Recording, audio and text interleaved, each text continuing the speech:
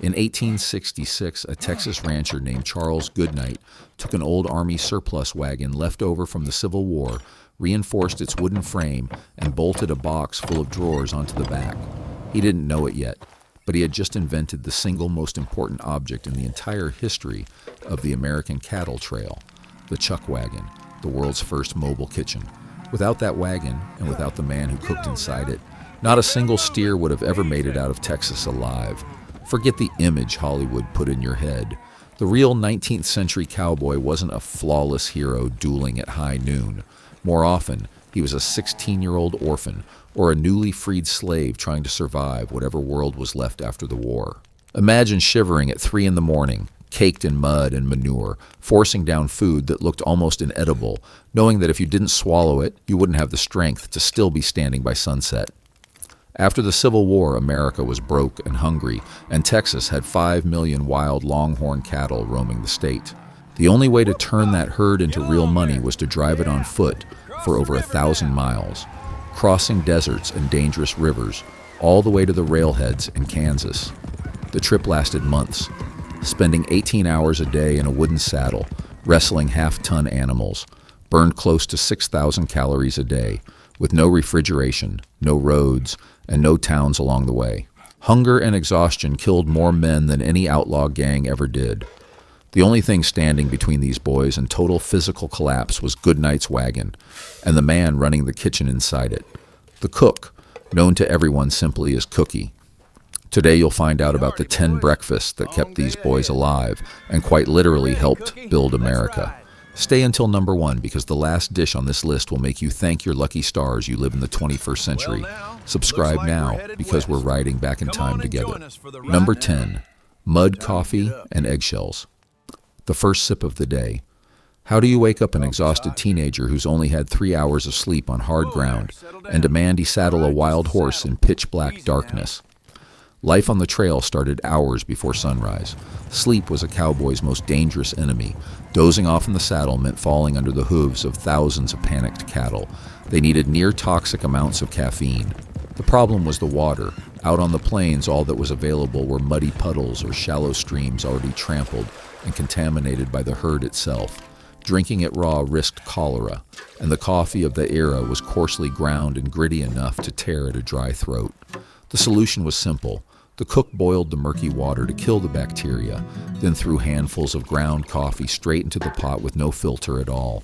The real trick came next. He crushed dried eggshells and tossed them into the kettle.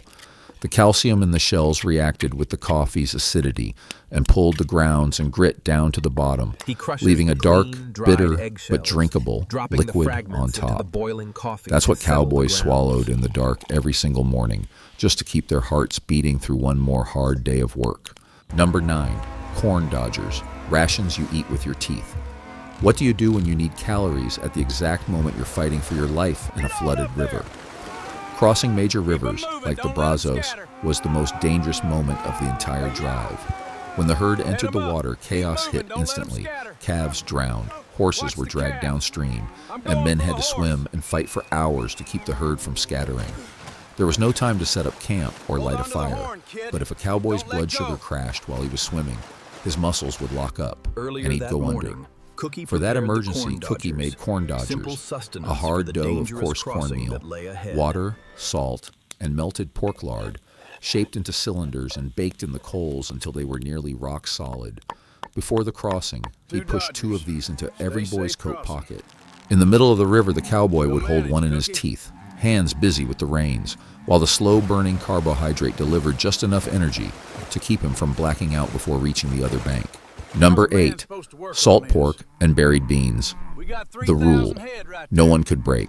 How do you feed 18 starving men when you're surrounded by 3,000 cows and strictly forbidden from killing a single one? That was the cruel irony of the trail. The herd was the rancher's entire payroll, walking on 4 legs. Slaughtering a healthy steer was the same as burning the crew's wages. And under the 100-degree Texas sun, a freshly killed carcass would rot within 12 hours with no refrigeration in sight. Yet the brutal labor of roping cattle destroyed men's muscles, which desperately needed fat and protein. The answer came from wooden barrels shipped from the east, dried beans and salt pork, dehydrated enough to survive the heat without spoiling. At night, the cook dug a deep hole, packed beans and pork into a cast iron pot, sealed it tight, and buried it under hot coals. The underground heat slow-cooked the meal all night long. By 4 a.m, the beans had soaked up every drop of rendered pork fat, turning into a thick, dark stew, eaten under the stars. It was the fuel behind another 18 hours of work. Number 7, sourdough biscuits. The one thing the cook protected like a child. There was exactly one thing on the entire trip that the toughest cook in camp carried into his own bedroll every freezing night, like it was alive. Fresh bread was the difference between surviving the trip and having your digestive system wrecked by months of nothing but beans and salt. The problem was that store-bought baking powder was expensive and often ruined by the moisture of spring storms. To make bread actually rise, the cook needed to keep bacterial cultures alive through scorching deserts by day and hard frost by night. The secret was the sourdough starter, a wooden keg where wild yeast, captured straight from the frontier wind, was fed daily with water and flour. On the coldest nights, historical accounts describe cooks pulling that keg out of the wagon and sleeping with it inside their own blankets, using their body heat to keep the culture from freezing to death. At 3 a.m, that same starter became warm, soft biscuits, proof in the middle of so much hardship that ordinary life still existed somewhere. Number 6, jerky gravy. When food can't be chewed at all. How do you eat breakfast when your throat is so dry and cracked that swallowing anything solid actually hurts? When the herd moved as one, their hooves kicked up clouds of alkaline dust that blocked out the sun. The youngest cowboys riding drag at the back of the herd spent all day breathing it in. By morning, cracked lips and raw throats made it almost impossible to chew the sun-dried jerky that served as the camp's emergency ration. Tough as a boot sole. Cookie solved this by turning the jerky into gravy. He beat the dried meat with an axe handle until it turned into a fine powder, fried that powder with flour in hot lard, then poured in boiling water. The meat came back to life as a thick, salty gravy that slid down a raw throat with no chewing required, delivering exactly the calories a tired body needed to keep moving. We're halfway through the list, and the next part is where food stops being just physical survival and starts deciding whether these men stayed sane out there. Subscribe now because Chapter 4 is the most surprising one yet. Number 5, grease flapjacks, the pancake that worked like armor. Today we eat pancakes on a lazy Sunday morning with sweet syrup. On the 1870s trail, they were built to keep a teenager from freezing to death. In late autumn, freezing rainstorms soaked the cowboy's thin cotton clothes straight through. The cold shock could numb a rider's fingers enough to make him slip off his saddle during a stampede and be trampled. To survive 14 hours of riding through the rain, the fire needed to be inside the stomach, not just the campfire. The cook mixed flour with river water, and the real secret was tossing a ladle of bacon grease or animal lard directly into the batter. The result was a thick, heavy disc, almost burnt at the edges. With no real syrup around, they drowned it in cane molasses, the same stuff used to feed the horses. The sugar gave a quick burst of energy, while the slow digestion of the grease kept the body warm for hours, holding off the shivering while the storm raged on outside. Number 4, spotted pupe, the dish that prevented mutinies. Everyone has a breaking point. What does a trail boss do when his men, isolated for months, threaten to pull knives on each other in the middle of the night? The greatest danger of the Wild West wasn't arrows or robbers. It was what cowboys called trail madness. After 60 or 80 straight days of bad water and choking dust, silence around the campfire grew heavy. Fights broke out over nothing, a bump on the shoulder, a look held too long. If the men deserted, the herd scattered and the entire operation collapsed in a single night. On the tensest nights, the cook pulled out the most expensive, closely guarded ingredient in the wagon, white rice and a handful of raisins. He simmered the rice slowly, stirred in the raisins, and covered it all in sweet molasses. The dark raisins against the white rice looked like a Dalmatian puppy, hence the name, Spotted Pup. With the first spoonful of that sweet dish in the dark, the effect was immediate. The taste reminded these boys of the homes they'd left behind, and murderous tension gave way to quiet relief.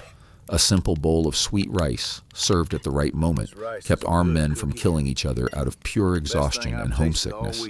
Number 3, chuckwagon hash, the leftovers that became salvation. The quietest danger of the frontier didn't carry a gun. It waited, invisible, at the bottom of a tin breakfast plate. Throwing away food wasn't an option out there. If there was leftover roasted beef from last night's supper, saving it was mandatory. But in the New Mexico summer heat, decomposition bacteria multiplied fast the moment the sun came up. Eating that poorly reheated meat could cause severe food poisoning. And in a dry environment like that, losing fluids too fast could kill a strong man from dehydration in under 24 hours. The solution was chuckwagon hash. The cook chopped the meat into small cubes and threw it over the hottest flame he could build, nearly charring the outside. The extreme heat killed the bacteria, and the burnt crust masked any off-taste. What would have been dangerous waste hours earlier became, quite literally through fire, the most fought-over meal of the morning. Number 2, son-of-a-gun stew. The dish. No one could refuse. Would you have the stomach to eat an animal's brain and intestines for breakfast, knowing that making a face would count as a serious insult in camp? Every so often a calf was badly hurt, trampled in the dark, or injured after stepping in a hole. Unable to walk another 1,000 miles, it had to be put down on the spot. Wasting that meat was unthinkable in a place where food meant survival. The best cuts were salted and saved, but the internal organs would rot within hours in the heat. The answer was son-of-a-gun stew. Heart, kidneys, liver, glands, and even slices of brain, all cooked together with enough hot pepper to mask the smell of boiling blood. The brain melted and thickened the broth into something dark and creamy. The name was a polite version of the curse word cowboys actually shouted when they smelled it cooking. But the dish delivered massive doses of iron, zinc, and vitamins that fought off scurvy, a horrifying stew to look at, and absolutely essential to keeping these men alive. Number 1, Prairie Oysters, the Roundup breakfast. We've reached number 1, the single most defining dish in all of cowboy culture, eaten the exact second it's taken from the animal itself, surrounded by heat, dust, and the roar of thousands of cattle. Every spring came the Roundup. Thousands of calves had to be roped, thrown, branded with a hot iron, and castrated, all within 15 straight hours of work, because uncastrated bulls grew too aggressive to survive the drive. There was no time to set up a proper lunch. Cowboys worked at the edge of collapse, starving for protein. The answer was literally in their hands.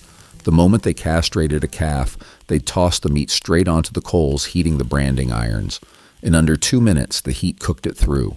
Nicknamed Prairie Oysters, this meat was pulled from the fire with a stick, knocked against a pant leg to shake off the ash, seasoned with a pinch of rock salt from a pocket, and eaten standing up with no plate and no utensils, seconds before running after the next calf. It was raw protein, making sure these boys had enough strength to build, with their own hands, the economic backbone of a nation. This era lasted 20 years. It began with Goodnight's wagon in 1866, ran through the Chisholm Trail that Joseph McCoy opened in Abilene, Kansas in 1867, and ended abruptly in the winter of 1886 into 1887, when the worst blizzard ever recorded on the Great Plains, now known as the Great Die-Up, killed between 80 and 90% of cattle in some regions in a single season. Entire ranching operations went broke overnight. The great open-range cattle drives never returned, the way Charles Goodnight had once imagined them. Today we complain if a drive-through order takes 7 extra minutes. But the paved highways and fully stocked grocery stores of modern America didn't appear on their own. They were built on 20 years of orphan boys drinking eggshell coffee, chewing corn rocks in freezing rivers, and using food as the only weapon they had against hunger, cold, and their own sanity. Which of these 10 breakfasts do you think would break your will to stay on the trail? The bitter coffee strained through eggshells, or the stew made from brain and intestines? Leave your honest answer in the comments. If this made you respect the people who came before us, hit like and subscribe for the next documentary. See you on the next frontier.